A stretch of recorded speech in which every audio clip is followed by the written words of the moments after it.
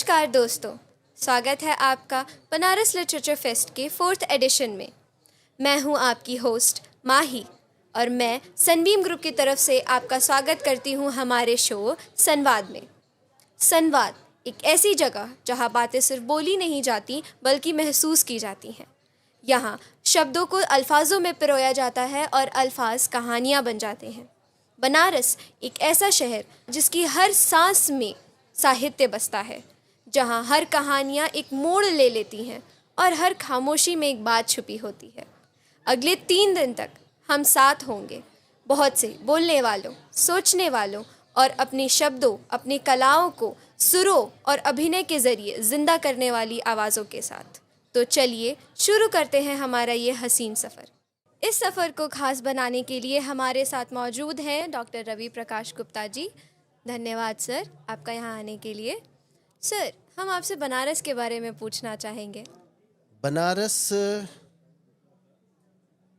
ठहरने की जगह है, बनारस रुकने की जगह है, बनारस महसूस करने की जगह है,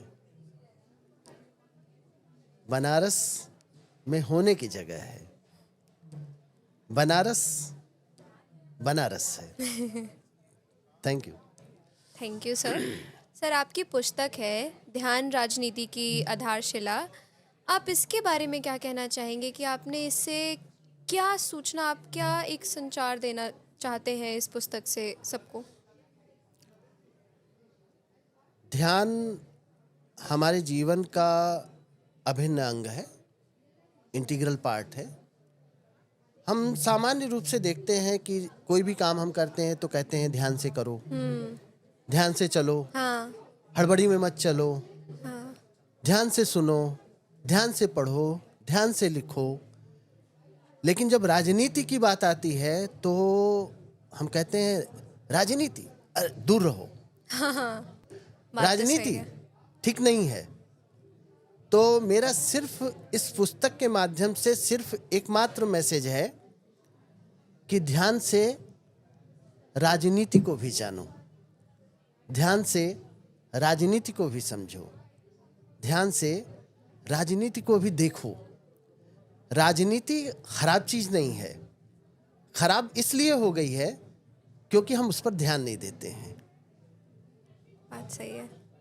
तो आपका राजनीति पे क्या विचार है? मतलब आप क्या कहना चाहते हैं आजकल की राजनीति, जैसे आज चीज़ें हो रही हैं, चल रही हैं, जो इतना संवाद विवाद हो रहा है, उस पे आपका क्या विचार है? राजनीति 2 शब्दों से बना है, राज और नीति। राज मतलब स्टेट और नीति मतलब पॉलिसी। तो राजनीति ऐसी नीति जो पूरे स्टेट को प्रभावित करती है। तो राजनीति को हम चुनाव से न जोड़ें, हाँ, राजनीति को हम उस सेंटर से जो हो रहा है उससे देखें। जैसे एक डिसीजन होता है पार्लियामेंट में, एक डिसीजन होता है आपके स्टेट में। हाँ, वो डिसीजन किसको प्रभावित करता है? पूरे की पूरी कंट्री को, पूरे के पूरे स्टेट को, पूरे कंट्री के लोगों को, पूरे लोगों को, यानी हमको भी प्रभावित करता है। हाँ, यानी वहां पे जो व्यक्ति बैठा हुआ है, उस व्यक्ति का एक डिसीजन या उस समूह का एक डिसीजन पूरे के पूरे इंटायर कंट्री को, इंटायर वर्ल्ड को प्रभावित करता है। जैसे हाँ, ट्रंप ने एक डिसीजन लिया कि 50% टैरिफ भारत पर लगा दिया जाए, लग गया।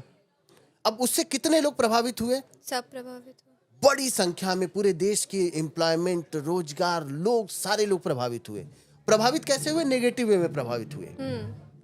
यानी एक जो पॉलिटिशियन है, एक डिसीजन लेने वाला सारे के सारे लोगों को प्रभावित करता है।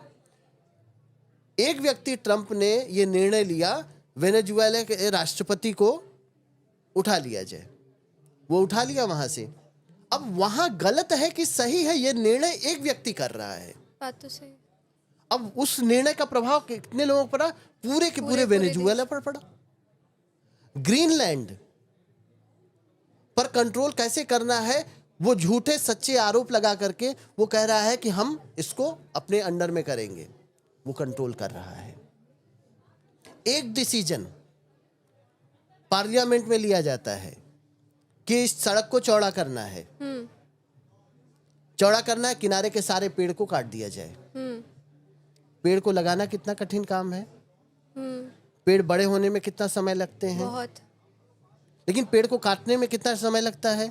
चंद घंटों, चंद सेकंड लगते हैं, पूरे पेड़ के पेड़ काट दिए जाते हैं। डिसीजन किसने लिया? एक जगह लिया।